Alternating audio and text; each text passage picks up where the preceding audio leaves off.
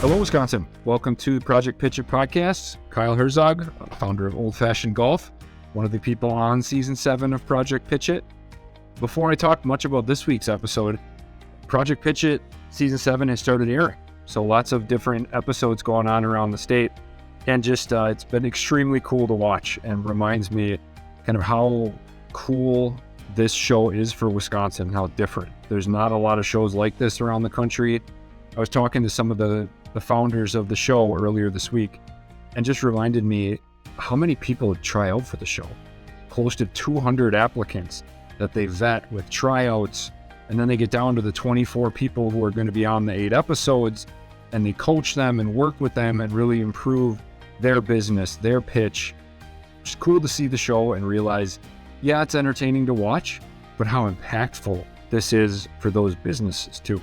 I know they're working on gathering some data about businesses from past seasons and where they are now, what kind of impact they've had on Wisconsin. So we'll get that data to you in the coming episodes as well.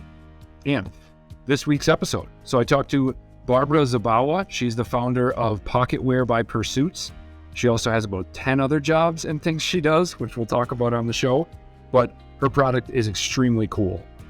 You know, kind of active wear, leisure, not leisure wear, but like comfortable clothing that you can wear for women that has pockets in it, that a lot of clothes don't have pockets in it.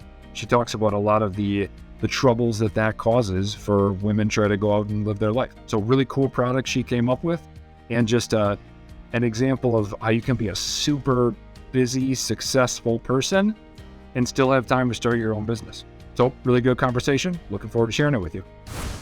Hi, Barbara. Hi. Welcome to the show. Thanks for taking the time to do this. So quick introduction for everybody. Barbara Zabawa, founder of Pocketwear by Pursesuitz. I think on the episode you call it Pursesuitz as well, but Pocketwear by Pursesuitz is the kind of official name, correct? Yeah. Awesome. Very good. Emphasizing the pocketwear part. And there you go, emphasizing the pocketwear. So we'll get into all the details of what it is, but versatile, comfortable solution to the gender gap in pockets, which I want to ask you about because I will admit I never even thought of it. Blind spot for a guy, not surprising, but we'll talk through all that. So before we get into the business, let's hear about your background. I know you got a lot going on in your life, but kind of what's your background up until you started Pocketwear by Pursesuitz? Well, I'm a lawyer by training. I've been a lawyer since 2001. And my specialty is health and wellness law. So my clients are wellness professionals, healthcare providers, some health insurers. I've written a book on workplace wellness program clients, published by the American Bar Association. I've also written another book on entrepreneurship called The Tug: Finding Purpose and Joy Through Entrepreneurship. I didn't know that. I should have read that before we talked. Nice. Well, yeah. Yeah. And I teach full-time at UW Milwaukee. I'm in their College of Health Sciences Masters of Healthcare Administration program, and I teach all the health law and policy courses for Masters in Healthcare Administration students and some bachelor's students as well.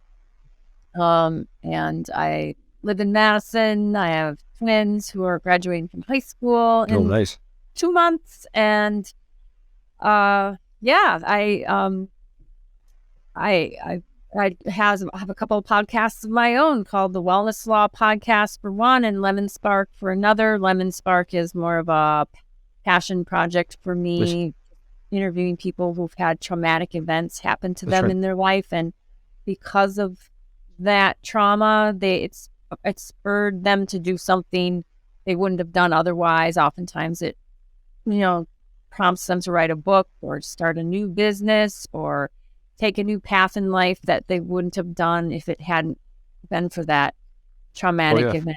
And so the lemon sparks them to do something not great with their life, or different with their life that is a positive thing when they look back on it. So I have that podcast as well. You can learn more at lemonspark.com if you're interested. It sounds like you have like 28 hours of things to do every day. I don't understand how you get all that done. So the majority of your day and time is law firm. I mean, that's correct. your... Okay. my legal career sort of overrides everything else with the teaching and the practicing. That makes sense. How often do you teach? A couple days a week. I have in-person classes. I also teach some online classes. So, yeah. There's a lot going on. And then you start a business in the midst of all this. I guess, like, where was the moment where you decided you were going to start Pocketware by Pursesuitz? Like, was there a single instance or anything where you're like, I'm going to do this? Well, as people will see on the episode, episode 7, where, I give my pitch, talk about the origination of the idea, the actual decision to start the business. I had the ideas percolating in my head for several years, but I decided to actually move forward on the idea in January of 2020.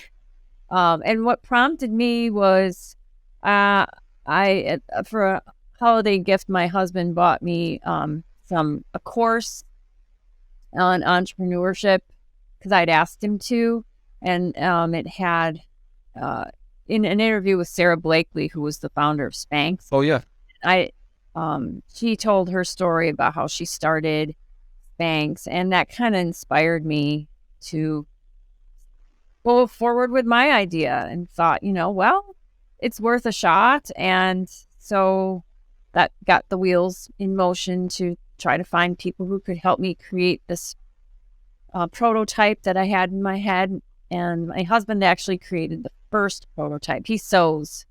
Yeah, he sews. and I guess I should have covered this in a little more detail. But so, what exactly is the product? I'll have you describe it rather than me describe it poorly.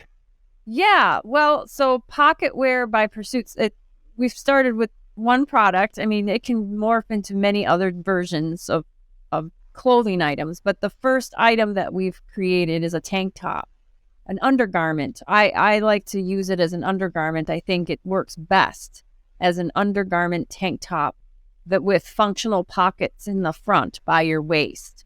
And so the pockets are large enough that you can fit your phone, your wallet, your keys, other items, smaller items that you want to carry with you that you would otherwise maybe carry in a bag.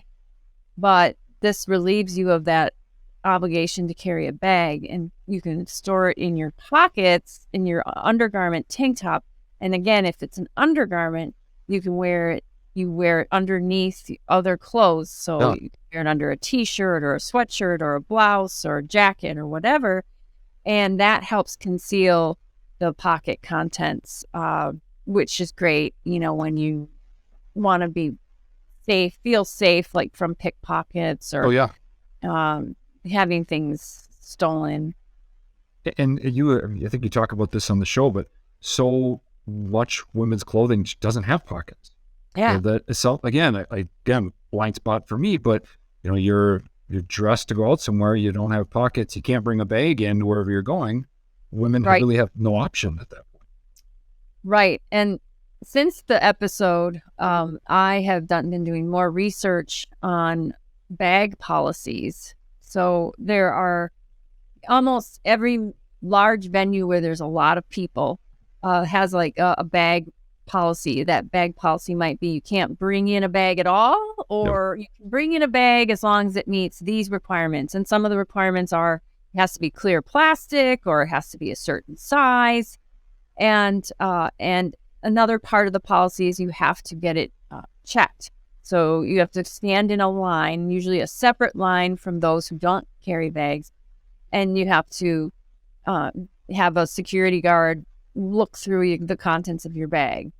And this is all based on the Department of Homeland Security's bag restriction guidelines. So the Department of Homeland Security has created these guidelines that venues adopt. So football stadiums, basketball arenas, concert halls, festivals, museums, all kinds of different places, courthouses. Applicable to you. Yep. Of course, airports and airlines and airports. And so now when you look at the lines of people who are most affected by these bag policies, it's mostly women because they're the ones who are carrying bags into venues, and men aren't. And I was reading in my research, I read about a blog post by a gentleman who was complaining about these bag policies. He and his wife wanted to go to a hockey game, and his wife, before the game, and while they were still at home, was researching that hockey arena's bag restrictions. And so she thought she had mastered what they were going to require of her for her bag. Yeah. And they got to security, and they had changed the policy and hadn't updated the website. Of course. Yeah. They ended up having to walk all the way back to their vehicle, their parked vehicle, to put the bag back in the car because her bag didn't meet the requirements. Yeah. And I actually had another woman contact me recently who was familiar with my product, and she said that she was trying to get into a basketball game with her son, and the security guard told her, "Oh, you can't bring that bag in to the game." And the first thought she had in her mind was, "Oh, if I'd been wearing my pocket wear by Pursesuitz, I would not be having this issue. Yeah. Not having to cross the street and go to the hotel, put my bag away so that I can go to the basketball game and get back in line." Yeah.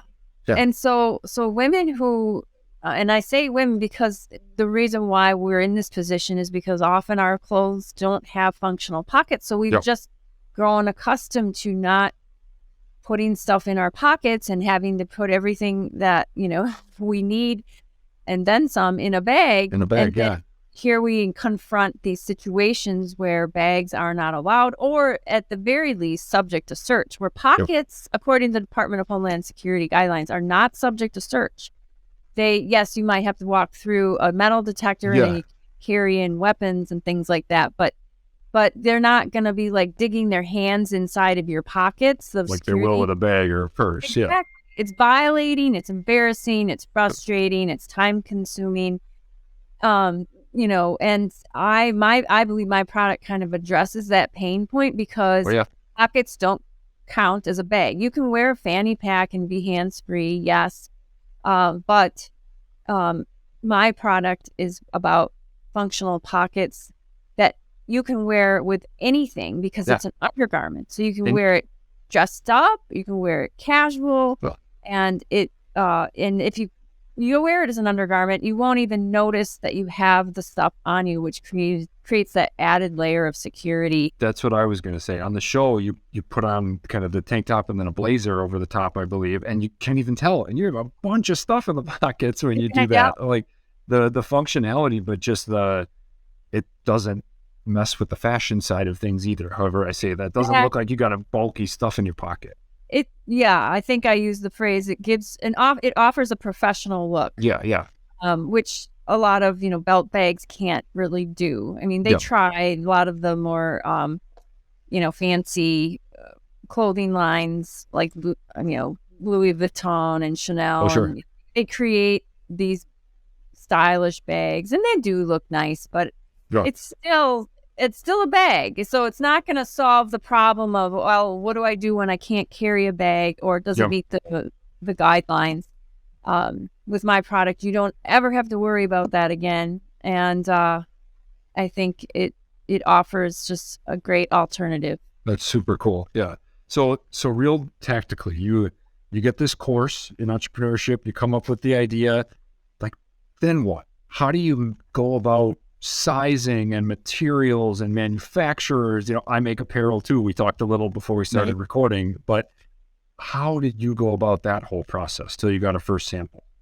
I had to find someone who knew the business. I didn't.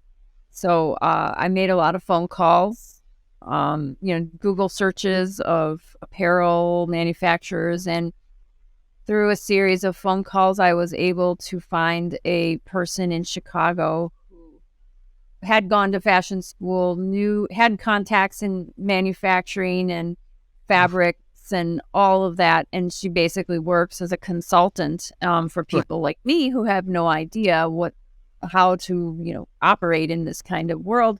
And so she was my guide essentially for the first year or so. And that's how I was able to find the fabrics and the manufacturer contacts and get the patterns made and the grading for the sizing and all of that.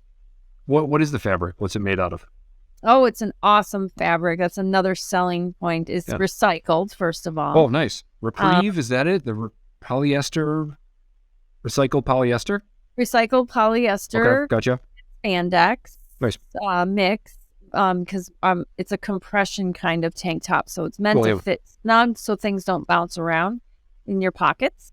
But it's also antimicrobial, moisture wicking, and UV protection. So you could actually wear the tank top as a swimwear item. Oh, wow.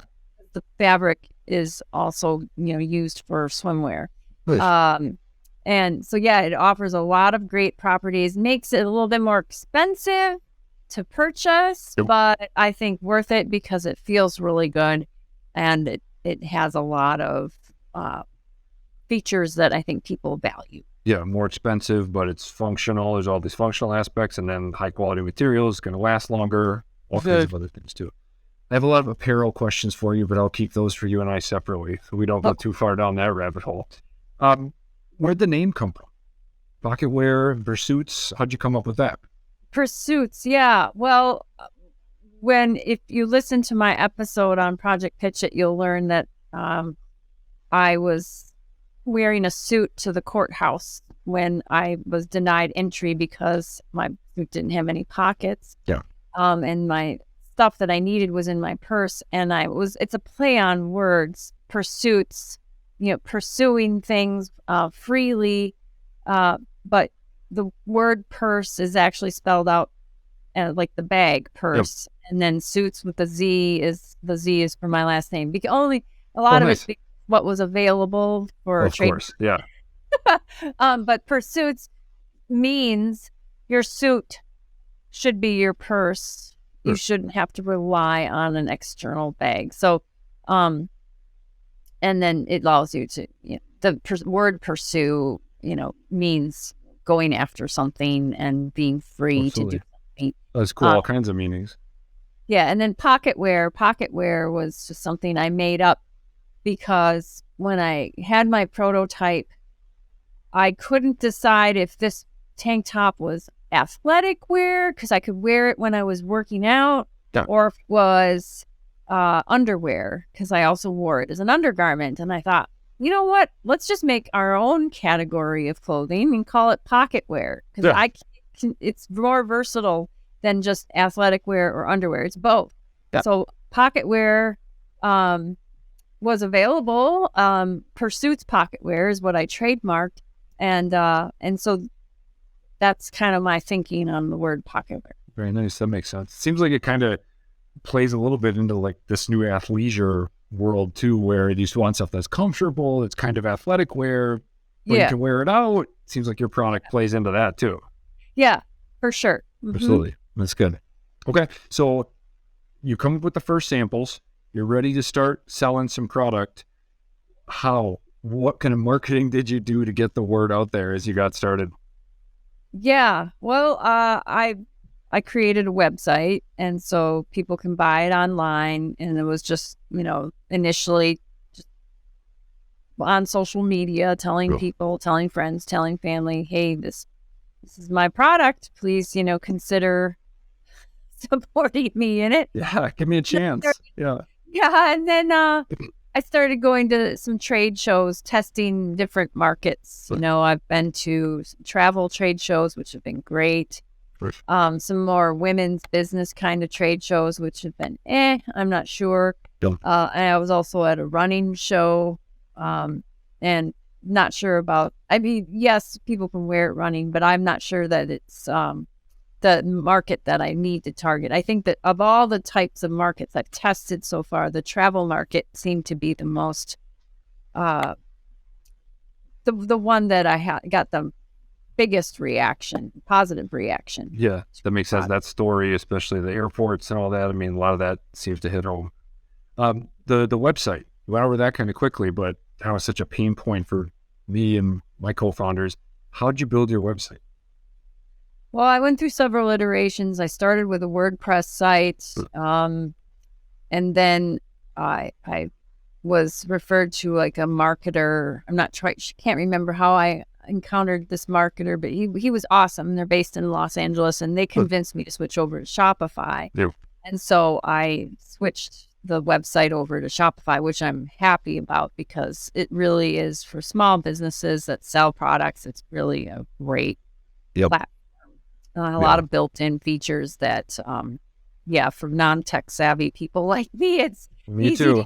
Exactly. We use Shopify too. It's just so easy. Yeah, exactly. I bring that up again because like I think that's the kind of thing that scares people away from starting. You know, how am I gonna do a website? I don't know what to do. But you and I both saying we didn't know what to do either, and you figure it out. There's all these tools to help you out. Yeah, there's a lot of resources out there. Absolutely. So you founded it on your own. You're a solo founder. Who do you turn to for help? Like, do you have a network of people, or who do you bounce ideas off of? Oh, well, my husband is, a good resource for a lot of just ideas and feedback. Friends.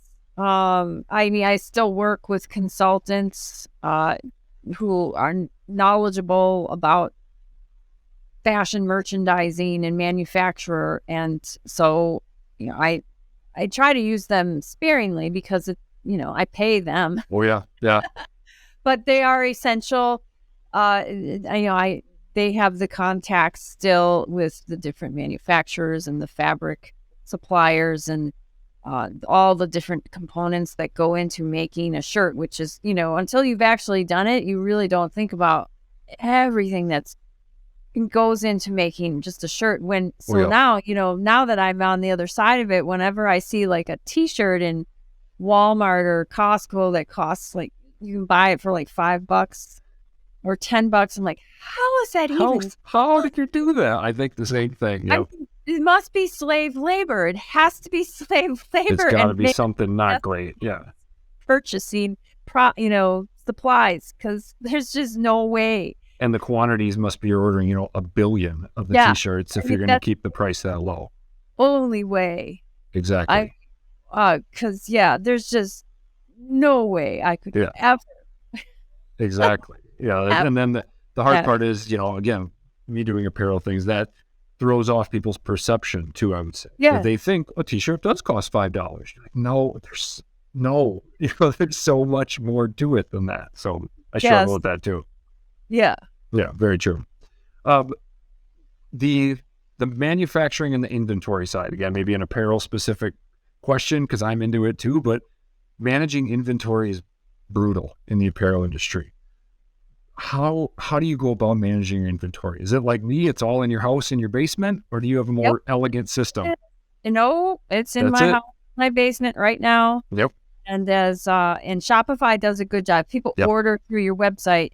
It manages the inventory, it deletes it from the inventory for each purchase. But if somebody buys it outside of Shopify, then you have to remember to go in and adjust, how the inventory. The numbers. So it sounds like you're kind of in the same spot as us. When you get an order, are you going down, packing it yourself? I am right now. Putting the label on, all that. Yep. It's still all you.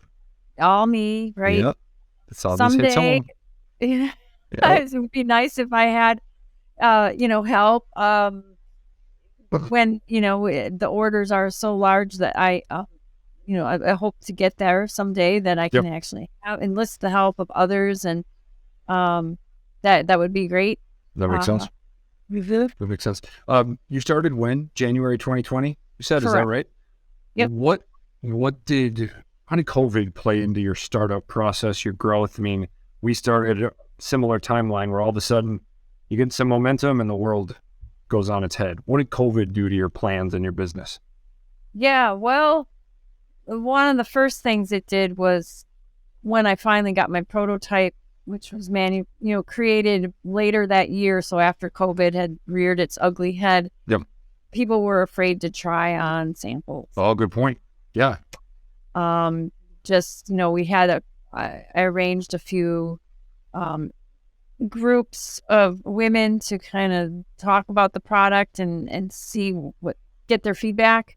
And I think I had arranged 3 different groups of women across the U.S. and a few of them, I think 2 of them were just not sure about trying on because I only had like a couple of samples, so they would have had to share. One would have to try, and then another one would have to try the same sample, and that just was not. People were not cool with that at that time. Absolutely, yeah. So it did. It kind of slowed things down for you. It was a road bump. Yeah, that was a road bump, and then of course the tariffs with China. For using China, and that slowed things down, and yeah, it was tough. Oh yeah, it seems like COVID. There's, I've talked to a couple of people, and there's these different versions. COVID for some businesses accelerated it. Some people were at home, some different things, but you've got all these things where it slowed you down. I think not your fault at all, but just the world got in the way. Yeah. I gotcha. So let's talk Project Pitch It. Of course, we talked about the show a little bit, but how did you end up on the show? Where did you hear about it, and how'd you end up applying? Well, as I mentioned, I teach at UW Milwaukee, and the Lubar Entrepreneurship Center, I get their newsletters, e-newsletters, and they had mentioned Project Pitch It. I'd been aware of it for a couple of years, and hadn't applied to be on the show until this last season, because I just felt like I wasn't ready yet. For sure. And so I made a mental note to apply for 2023 for the season 7, because I felt like I was going to be in a nice position. I had product to show. I had some numbers to be able to share, and I felt I was in a good position to be on the show at that point. Nice. That makes sense. So I think a lot of people think we just apply for the show and boom, we're on. But there's a lot of steps and things you have to do. I know I learned a lot along the way with the pitches and all that. Like, what did you learn? How did the whole show help you kind of grow into your business? I think it really refined my pitch and my story. I kind of fumbled the first couple of years. I actually was part of the governor's business plan contest. Oh, nice. Really early, like in 2021. So just a year into my business, and I had my story wasn't as strong, my personal story, and my target market was kind of like just gray. I didn't exactly know. So I picked fitness. I picked people who belong to gyms, thinking that was where I needed to target my efforts. And, I just didn't know enough. And so Project Pitch It really forced me to reflect on who is it that I'm trying to attention, I'm trying to capture.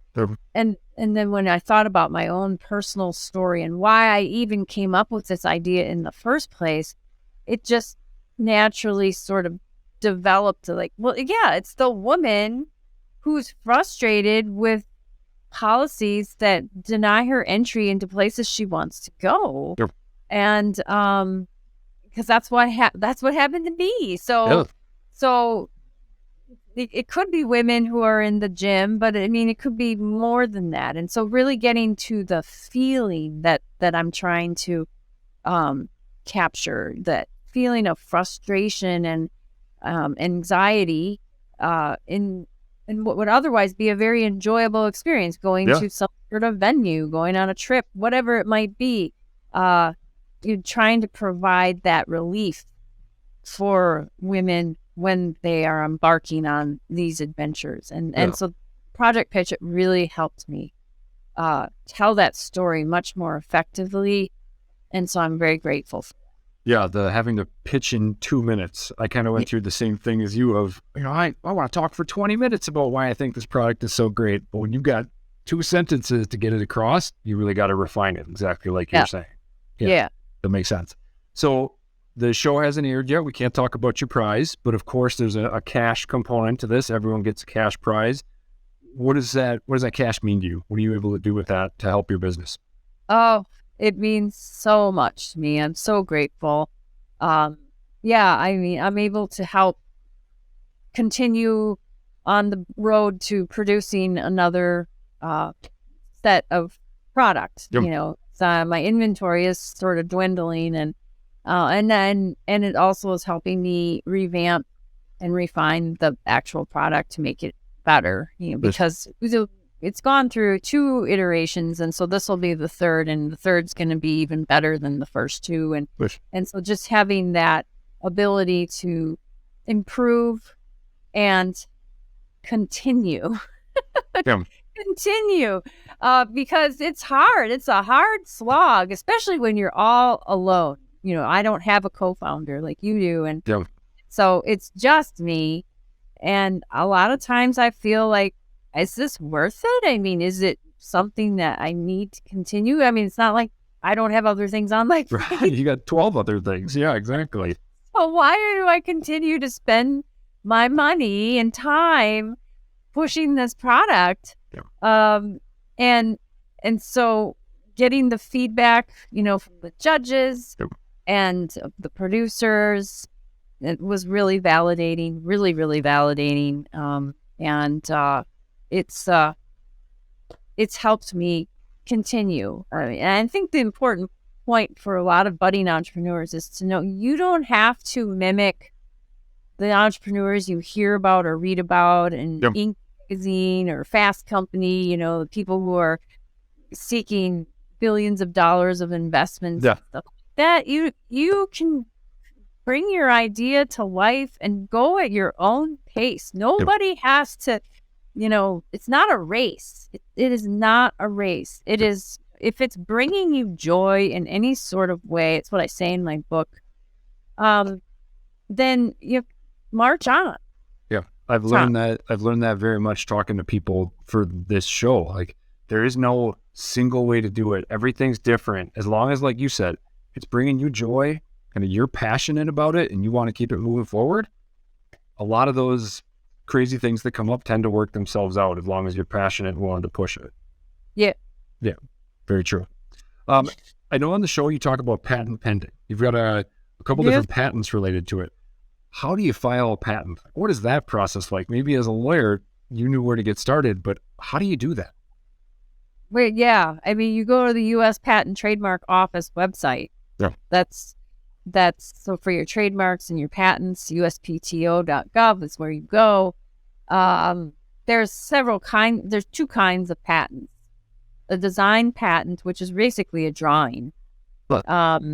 So there are really interesting articles that have been written about the value of design patents, and there's probably some debate about whether they're truly valuable. But they're a little easier to get than a utility patent, because really all you're submitting to the patent office is a drawing.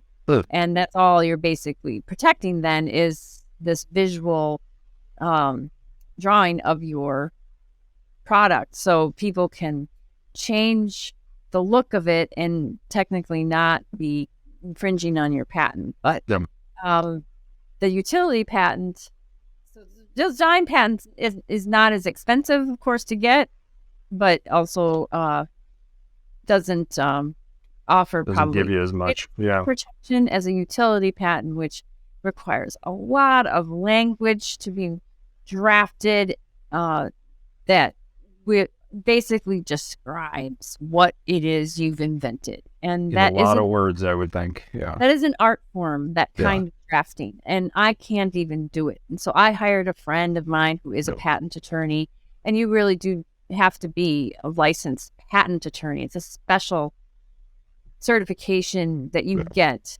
So not every lawyer can go in front of the U.S. patent court and argue for patents.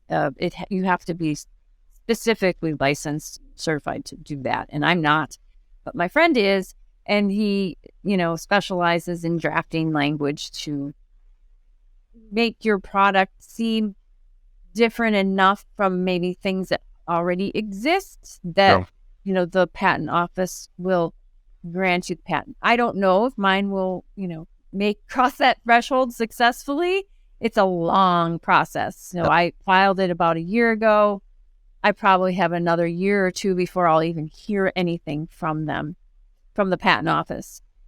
And so A long battle. It is, and which is why it can be very expensive. Yeah.